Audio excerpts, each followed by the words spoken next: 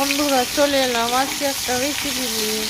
তো আজ তো শনিবার, তাই রেসিপিটা কি করব ভেবে পাচ্ছিলাম না। তাই ভাবলাম ঝিঙে আছে, ঝিঙে আলু পোস্ত করি। আর এক গামলা ভাত এদিকে করে নিয়েছি, আর এদিকে ঝিঙে আর লঙ্কা কেটে গুছিয়ে নিয়েছি। তার সাথে গোল গোল করে আলু ভাজা কেটে নিয়েছি, আলু ভাজাটাও হয়ে গেছে।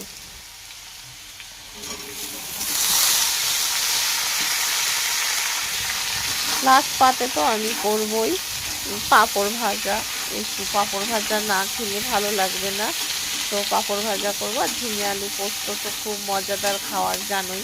ঝিঙে আলু পোস্তটাকে ভালো করে ভেজে নিচ্ছি, আলু আর ঝিঙেটাকে। আর আগে কালো জিরে তেলে দিয়েছিলাম, তোমাদের দেখানো হয়নি। তো এইটাকে ভালো করে ভেজে নিচ্ছি। ভেজে নেওয়ার পরে একটু গুঁড়ো হলুদ আর নুন দেব, দিয়ে দিয়ে চিনি দিয়ে ঢাকা দিয়ে দেবো। তারপর এই পোস্তটা বেটে নিয়েছি, পোস্তটাও একটু কাঁচা লঙ্কা দিয়েছিলাম, আর তো কাঁচা লঙ্কা চেলা করে দিয়েছি, ওইটাও ভালো লাগে। মিক্সারে দিয়ে গুঁড়ো করে নিয়েছি।